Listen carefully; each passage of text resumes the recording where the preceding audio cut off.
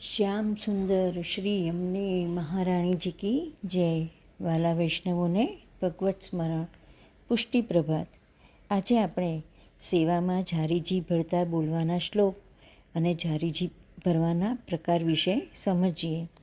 સૌપ્રથમ શ્રી ઠાકોરજીને ચખાડતા પહેલાં શૈયાજી પાસેથી ઝારીજીને સરાવી ખાસા કરતી વખતે શ્રી યમનાષ્ટકનો પાઠ કરવો જોઈએ.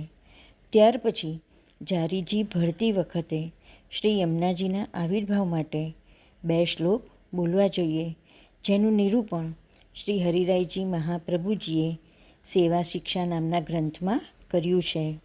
શ્લોક: પ્રિયા રતિશ્રમહરમ સુગંધિ પરિશીતલમ યામુનમ વારી પાત્રેસ્મિન ભવ શ્રીકૃષ્ણ તાપરુત ઇદમ પાનીય પાત્રમ હિ વ્રજનાથાય કલ્પિતમ રાધાધરાત્મકત્વેન ભૂયાત તદ્રૂપમેવ તત.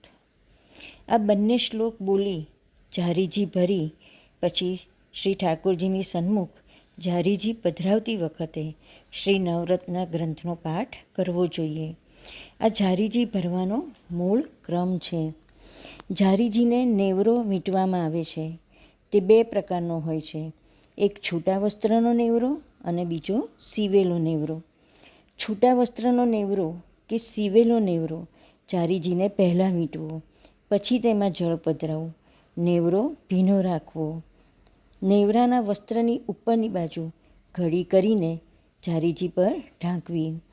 શ્રી ઠાકોરજીને ભોગ આવે ત્યારે નેવરાનું વસ્ત્ર ઝારીજીના નાળચા ઉપર ઢાંકેલું ન રહે અને ભોગ સર્યા પછી નેવરાના વસ્ત્ર ઝારીજીના નાળચા પર ઢાંકેલું રહે, તેનું ખાસ ધ્યાન રાખવું.